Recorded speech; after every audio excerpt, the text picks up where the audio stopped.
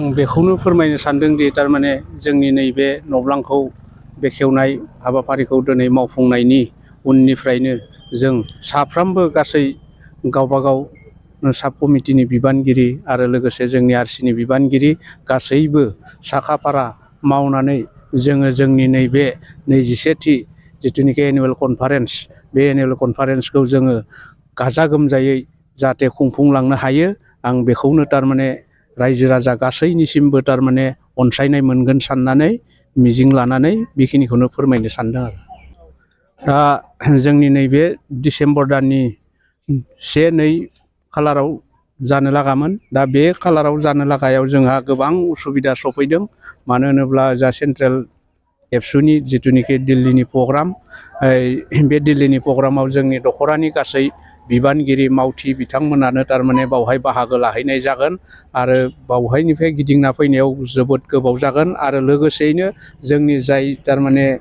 जायगायाव जोङो जोंनि कनफारेन्सखौ फाथिनो लादों बावहाय थारमाने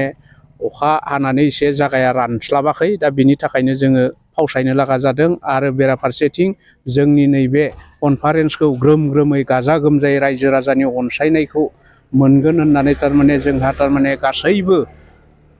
आबादारि गोजा बे जोंनि ओनसोलाव बे आबादारियाव थारमाने फोथाराव माइआ मोनजोबनानै माइ हानो गोनां जाहैदों दा बै माइफोर हानानै थायोब्ला जोंनि कनफारेन्सआ जेरैबायदि जानांगोन बेबायदि जानाय नङा होननानै जोङो थारमाने माइफोरखौ हाजोबनायखौ नायनो होननानै जोङो फावसायनायखौ लानाय जादों दा बे प्रग्रामनि थाखाय जोंनि नैबे रायजो राजानि जिथुनिखि